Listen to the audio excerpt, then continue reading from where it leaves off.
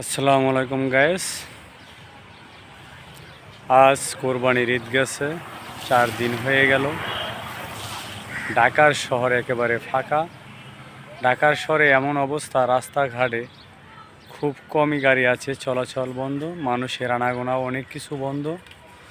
অনেক মানুষে দেশের বাড়িতে ঈদের জন্য ঈদ করতে গেছে আত্মীয় স্বজন বাবা মাকে নিয়ে।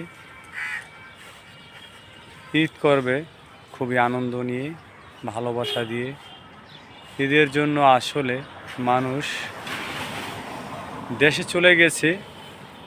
এই সপ্তাহের ভিতরেই ঢাকা শহরে আসার জন্য রওনা দেবে।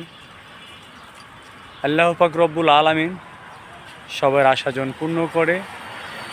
যে যে স্থানে ছিল সেই স্থানে যেন ভালোভাবে পৌঁছতে পারে, বাপ মার দোয়া নিয়ে এবং ময়মুরব্বীর দোয়া নিয়ে, মানুষের ভালোবাসা নিয়ে, যেন তার ঘটনাস্থলে এসে সে যেন সুন্দরভাবে অফিসে ডিউটি করতে পারে।